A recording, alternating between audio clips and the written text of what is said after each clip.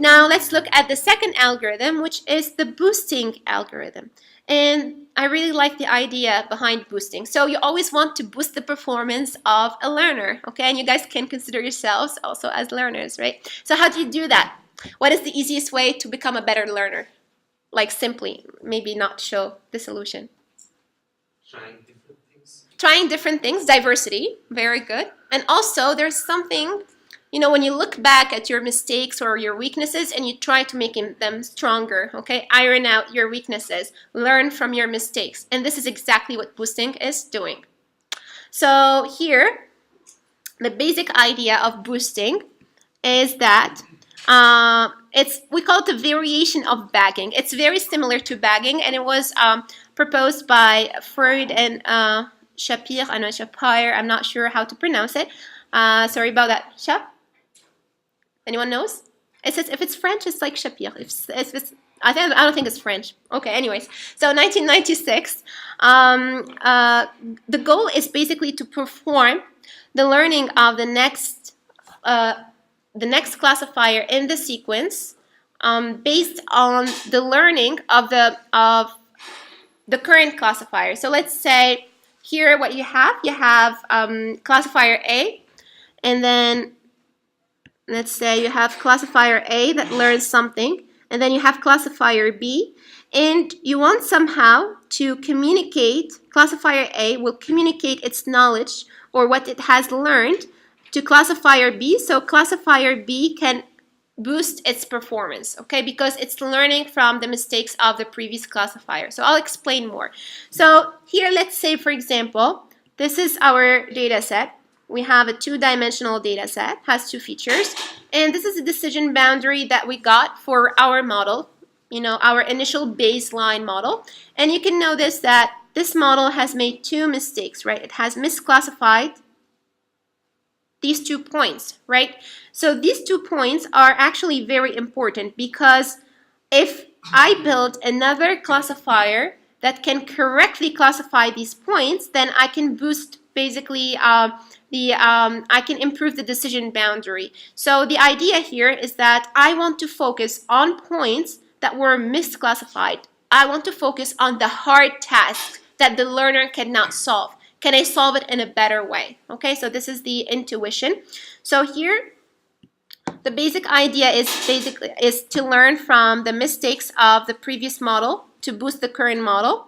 And here we're going to use a non-uniform distribution to select or resample the different models. So each sample will have a different weight. So we will increase the weight for misclassified samples when creating our bag, okay? And decrease the weight for correctly classified items. So now we're using a non-uniform distribution for sampling our data, creating our bags based on the performance of the previous classifier.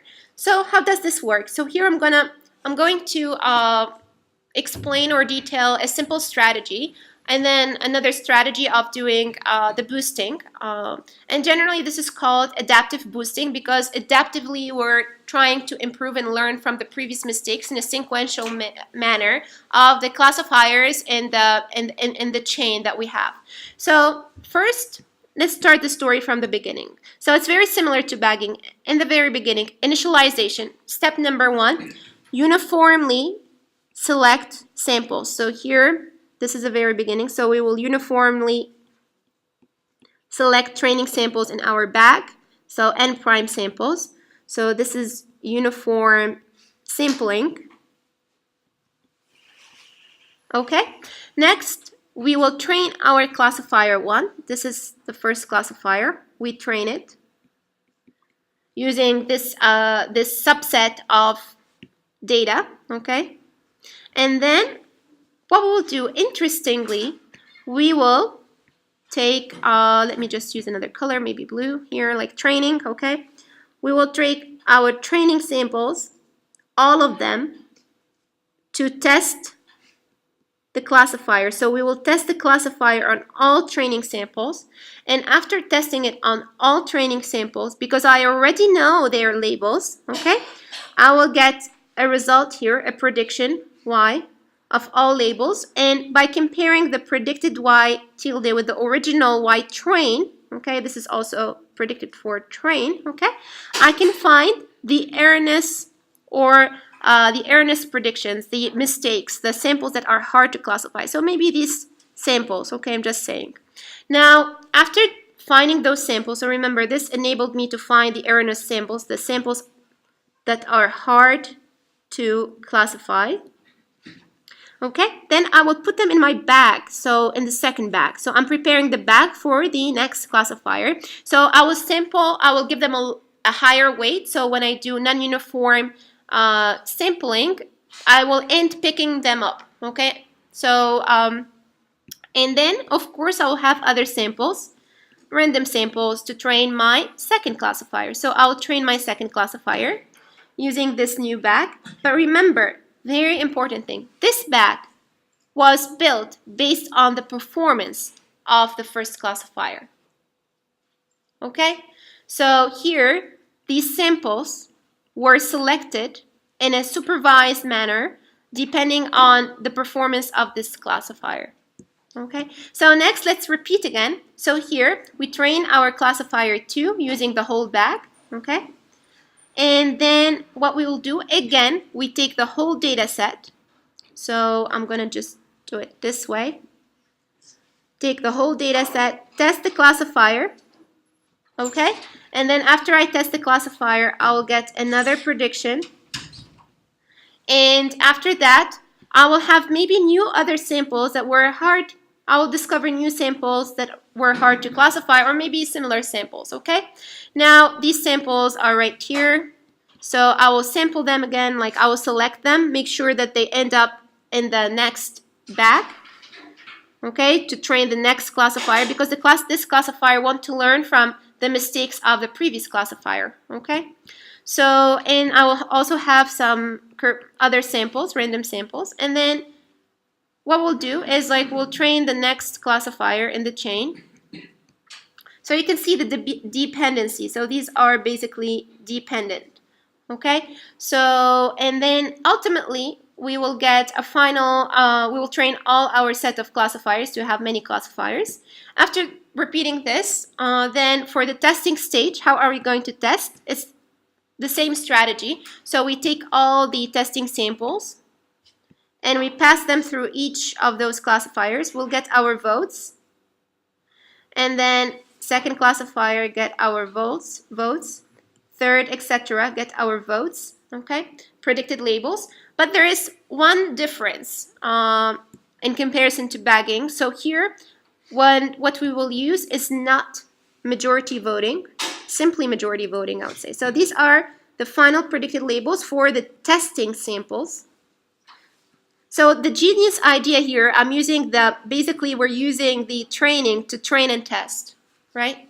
So we're sampling and using it to evaluate the model. But remember, you're not allowed to use the testing. So you always keep the testing for the testing stage of your whole model, your ensemble model, okay?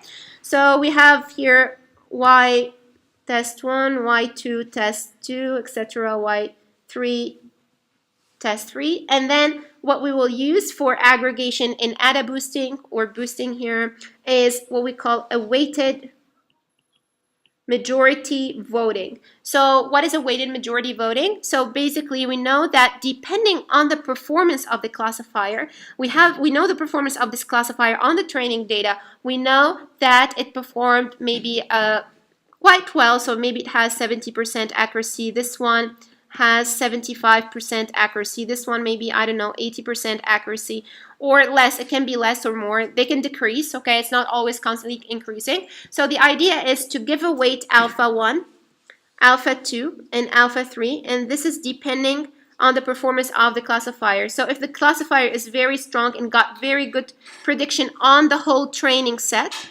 okay, on the whole training set, then you can give it a very high weight, okay? So here, the basic idea is that we take, for example, let's say the first classifier had 0. I don't know, 6. Let's take the right number. So 6, 0. Maybe, I don't know, 7. Well, these should add up to 1. Generally, you can normalize them. It's better to normalize them. But let's say here I'm not normalizing, so I'm just putting random numbers. And then what we'll do, we'll just sum and divide by the number of classifiers, okay? So just, quickly, so here to wrap up, so samples misclassified by the previous classifier are more likely to be included in the training data of the next classifier. So this is ID number 1. Then also the combination of different models is achieved by weighted majority voting. And the classifiers with good classification performance during training, this is very important, okay? Who have a higher voting, will have higher voting weights, which means we can trust them more when we're predicting the final label, okay? Now, I will just explain the second strategy and very briefly so you guys kind of get what's going on. So let's do it very quickly here. So first, randomly sample from this data, test the first classifier, okay? Train the first classifier, then test it on the whole set. When we test it on the whole set, we will get a prediction, okay? And then depending on this prediction, we will discover some erroneous samples. We will sample them right here, and then along with other data sets, etc. So test the model again, the next model, and then train the next model. So here we are, all of this is like training, okay? Train the next model, and then test it on the whole training set and get the prediction on the whole training set. So we get our predictions and then identify the points that were erroneous, okay, misclassified, hard to classify, create the next bag, make sure they are in the next bag, and then do it again. So train the next classifier. So here, before we do it again, here is the thing. So before we do it again, this is the step. So let me just rewind back. This is first strategy. Now, second strategy is I take these two, right? I take these two predictions before I find this. I take these two predictions, Y train from model 1, Y train from model 2, and I aggregate them. So I'm going to get a Y using weighted majority voting, for example. Train model 1, 2, okay? And according to this one, I'm going to compare it with my original, the original Y train, okay? And then I will define my erroneous sample. So my erroneous samples is basically by all previous models, okay? As a majority vote of all previous models to the current classifier. So these are the common mistakes shared by classifier 1 and classifier 2, and then I'll put them here. So these generally will be like the overlap of maybe the both mistakes. So here I create my bag, and then I will train the next classifier. And then once I train it, I will test it on the whole data set. Look, guys, so I'll explain it. I'll test it on the whole data set. And then I will get a Y train 3. And then what I will do, I will take all of those. So I have another classifier in the chain. Let's say, I'm going to remove this for now. Let's say just I have classifier C4, okay? So I will identify the mistakes made by all these classifiers together. So I will aggregate all their predicted votes on the training data, identify the ones that were misclassified, and then put them in the next bag to train my classifier, this classifier. Okay, so maybe this bag doesn't look nice, but let's make it a bit nicer. And then train my classifier, okay? So, right, you guys get that. So this is the second strategy. But the first one, actually this one, do you think like the second one is better or the first one? The second one, because you're looking at it's an ensemble within an ensemble, okay? You're looking at what all previous guys, you're looking at the learning of all previous, like models in the chain. So not just only the immediate previous one, but all of them, the overall system, okay? So now just to wrap up very quickly, here there are differences between bagging and boosting algorithms. So bagging just to remind you very quickly, here we have our training samples. We randomly sample using a uniform distribution, okay? So we create our bags with n prime training samples smaller than n. Then we train different models, okay? That's bagging. Now, boosting or AdaBoosting is basically we have our original samples, our training samples. First, we uniformly sample. We train our classifier, okay? And then when we train our classifier, here it will, let's say this is the prediction. I will get some, predictions, and we'll have some mistakes. So these mistakes, I will make sure they end up in this next classifier. Then the next classifier will spot new mistakes. I'll make sure they are in the next bag to train the next classifier, etc., etc. So this is how it works, okay? Now, what are the differences? So the first one, this could be a good exercise for you now. Just what are the differences, guys, between bagging and boosting? Just to wrap up, last bit. Okay, one difference between bagging and boosting. Bagging is completely random, but the other is not that random actually. Very good. So one is using, very good. So one is using uniform, sampling, and the other one is non-uniform sampling, controlled by the learning of the previous classifier. So this is first point. So using uniform sampling or constant probability for selecting training samples in each bag. But now the bag and the boosting algorithm is basically, it depends on the performance of the previous classifier, okay, and the chain. So, or the previous classifiers if we're using the second strategy. Now for we have also the second difference. Well, first and second are quite similar. This one we're using just resampling. Here we're re-weighting the whole samples, okay, like giving high weights to hard points to classify and low weights to easy to classify points. The bagging can be run in parallel. The sequential, boosting, no. It's a sequential way of doing it. So the learning of this classifier depends on the learning of the previous one. So you can think about it actually as something like this. So if I draw it, so this is model 1, and going here to model 2, and model 3. So it's like a chain, okay? So it's a sequential training of these classifiers. Now the last part is the way we're aggregating the votes, right? So one is using simply majority voting, and the other one is a weighted voting based on the classifier's performance, okay? Because we're testing the classifier on the training during training for boosting.